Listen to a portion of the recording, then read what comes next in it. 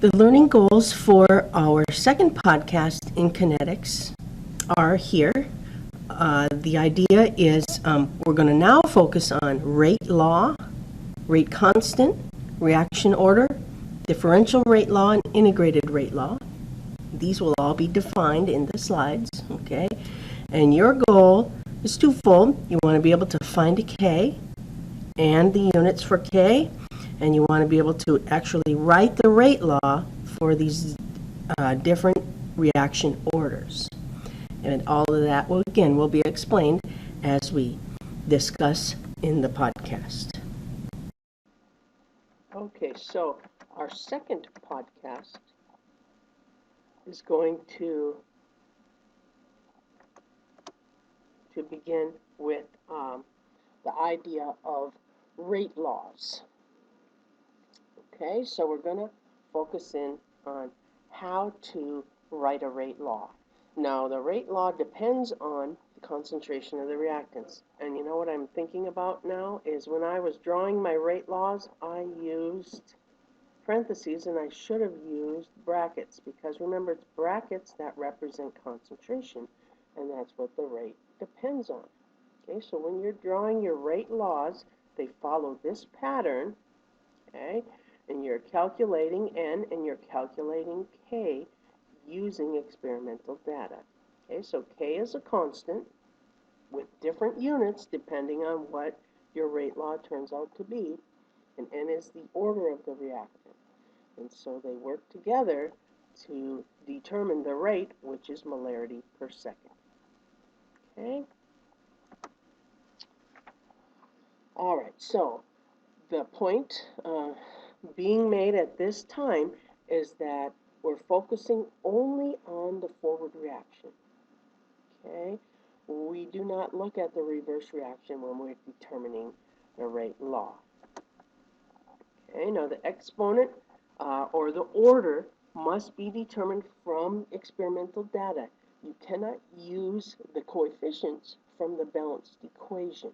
You have to calculate using the experimental data, and so you'll see that in the practice problems.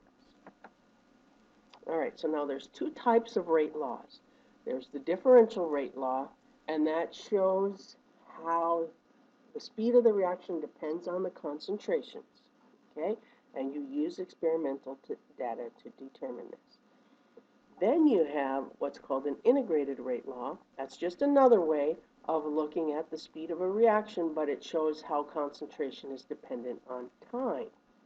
Okay, and these integrated rate laws are found by using some calculus integration and changing this rate law into the integrated rate law.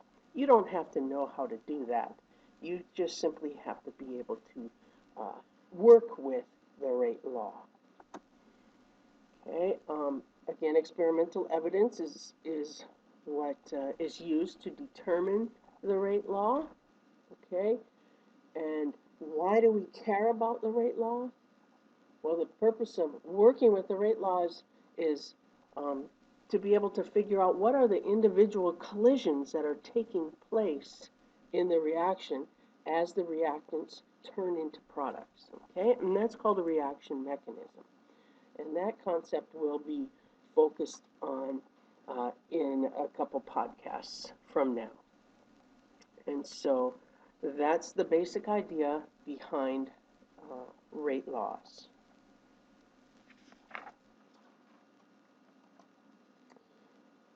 Okay, so I'm going to do a couple of practice problems so that you can see how this works, how you calculate the rate law. And so again, you have to determine it experimentally. Okay, and so you also want to use data that's as close to the initial time of the reaction starting as possible. Okay, you run several different experiments with different concentrations, and then you can use the different experiments to determine your rate law. Okay, And so I'm going to try practice problems 30 and 32 for you. And so that way you can see how you can calculate the rate law.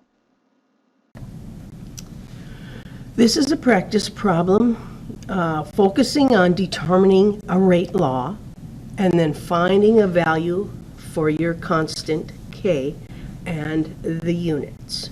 Okay, and so here's our reaction, and this is problem 30 from your textbook. Okay, it's a net ionic equation, so it looks a little different. We're not real used to looking at those, and we're looking at these reactants decreasing and the products increasing, so we're looking at a forward reaction. And then here is our data collected in the data table. Okay, so we're monitoring the concentration and the rate at as close to time zero as possible, and that's what that little symbol down there means, is that we're looking at the beginning of the reaction. Okay, so let's go ahead and determine the rate law. So the rate law has this pattern. Okay, so let me slide this up for a minute. Okay, so rate equals, or is found by multiplying the constant times your two reactants. We're always focusing on the reactants, the forward reaction. So my two reactants are right here. Okay, so iodine ion and S2O8. Okay, that ion. And then they're raised, this is kind of a thick pen, so I'm going to use my pencil. They're raised to a power, and that's our reaction orders. So we're just going to put X and Y down here because that's what we're trying to determine. Okay, so the trick to solving these is, again, you're just setting up relationships. Okay, so let's compare the first to the second, because that keeps one set of reactants constant and lets one set change, so you can see how this one affects the rate instead of this one, since we're keeping this one constant.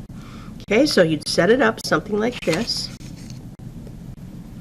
Okay, so here's our rate, 12.5 times 10 to the negative 6. And remember, this is problem 30, so you can always have it in front of you if you open your textbook.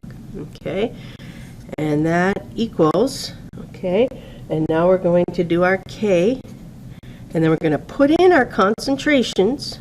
So I is 0.08 and S2O8 is 0.04. Okay, and then because we don't know these yet, again, we're putting X and Y in there. Okay, and so now I'm going to compare that to the other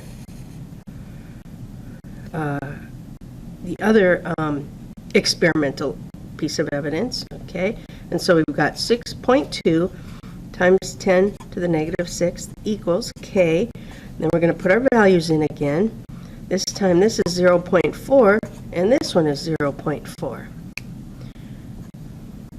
Okay, so since these are equivalent, we basically have a value of 1 here, so we can ignore these. So now let's actually do the dividing out. So if I divide this by this, I basically have 2 here, and my k's cancel there.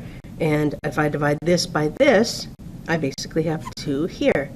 And so now we're asking ourselves, what is the value of X to make this true? So 2 raised to the first power here, 2 to the first power equals 2. So this substance, the iodine here, this substance is first order. So we now have that value of first order. Now we do the same thing for this substance, but we have to use a different set of experiments here, because now we want this one to stay constant and we want this one to change. Okay, and then see how it's affecting the rate. Okay, so let's try it again.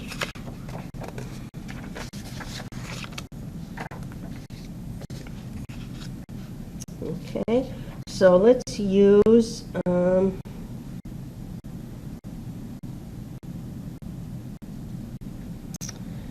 let's see, I guess, yeah, we'll use that second set.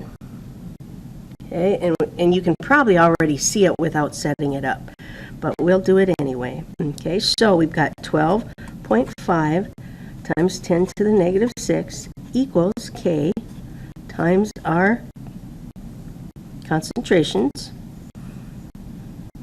Okay, and so we're using first and third, so 0.08 and 0.04.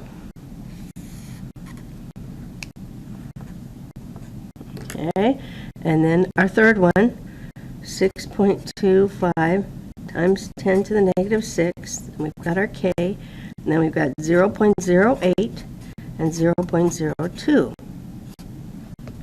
Okay, and so these are equivalent, so we now ignore those and we're just solving here. Okay, these cancel, so we have again 2 equals 2y. And so what is y? Okay, so 2 equals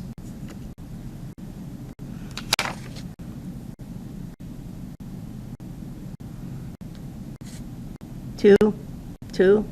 So what is y? Again, it's first order. Okay, so what does our rate law look like? Looks like this. Rate equals K times, oops, so used to making those brackets. Okay, first order, S2O8, first order. So there's our rate law for this reaction using this data. Okay, and now it says calculate the value for the rate constant for each experiment and the average. Now the average should be the same. It should be the same value. But anyway, let's calculate K. So K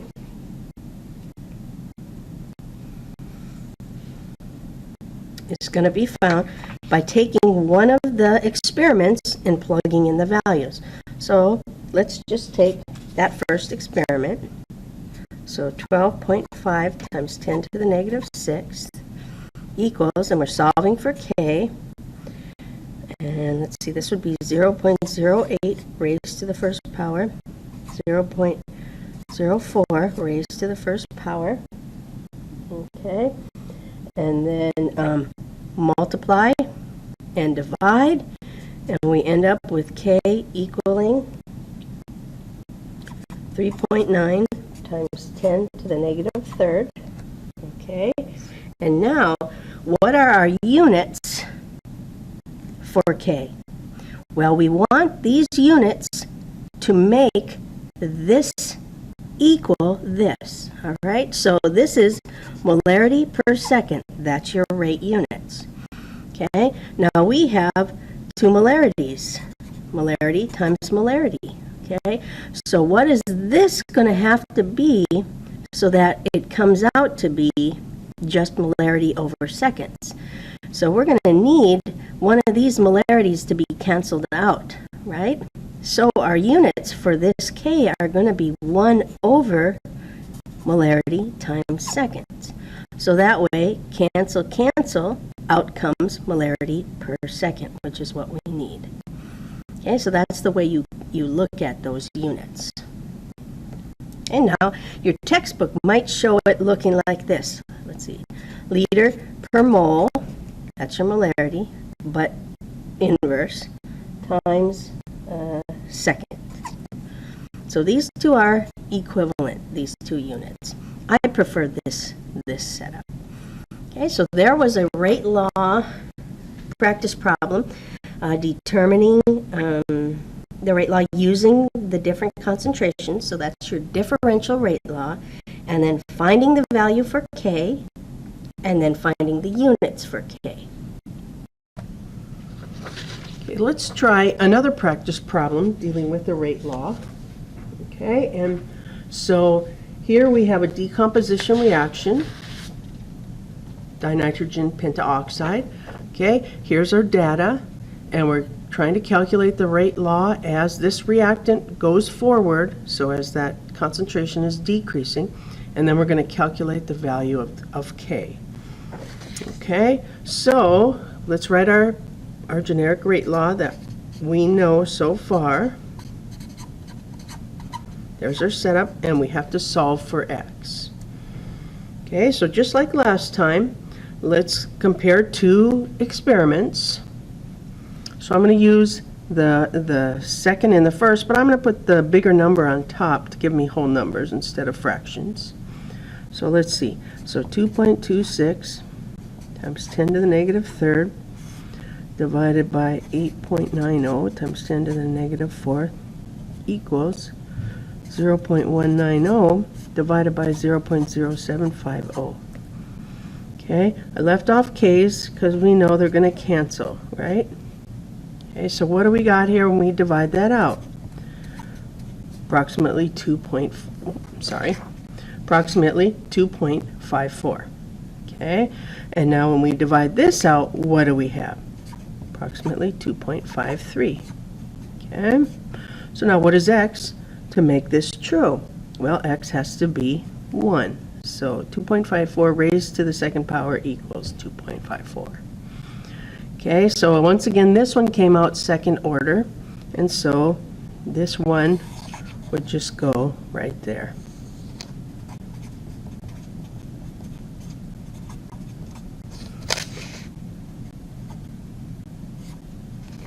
And there's your rate law.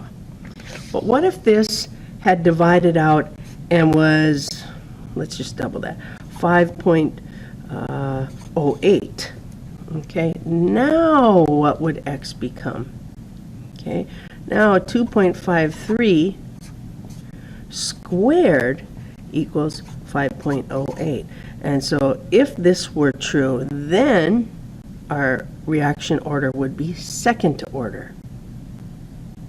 Okay, so that's how that works each time, is that you're just comparing what value is going to go in here to make this true. Okay, the second part of this equation is asking us to calculate the value of K. Okay, so it's a little bit easier on this one since we only have one reactant. Okay, and so let's see, I'm going to use the first experiment. Okay, so 8.9 times 10 to the negative fourth equals K, which is what we're solving, and then 0.075 to the first order. Okay, and so now I'm just going to divide that.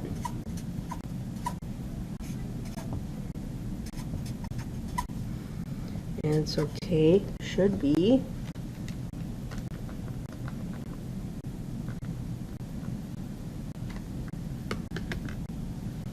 1.19 times 10 to the negative second. Okay, now we have to get our units. Now remember, oops, I'm off the screen. 1.19 times 10 to the negative second. Now, what are our units here? Well, remember, we want K to make our rate come out as molarity per second. That's our rate unit. Okay, so we've got molarity here, just raised to the first power, so we've got only 1 m. So what is K going to be? Well, we only need 1 m, so K has to provide the seconds. So our final K value is going to be 1 over seconds, or if you prefer, s to the negative 1. Okay, so that's a couple of rate law practice problems looking at experimental data. And then the lastly is using your rate law, you're able to find the overall reaction order. And that's simply adding together the exponents from the rate law. So if we looked at our problem 30, oops, sorry, didn't mean for that to happen. If we look at our problem 30, we had first order and first order, and so our overall reaction order would be second order overall. Okay, so it's really that simple. So here is a practice problem for you to try. Okay, see if you're understanding. How do exponents in a rate law compare to the coefficients in a balanced equation? So pause for a moment and think about that and see what you think your answer would be. Okay, my answer is that there is no relationship. Why? Because the coefficients represent the overall reaction. Okay, so there is no relationship.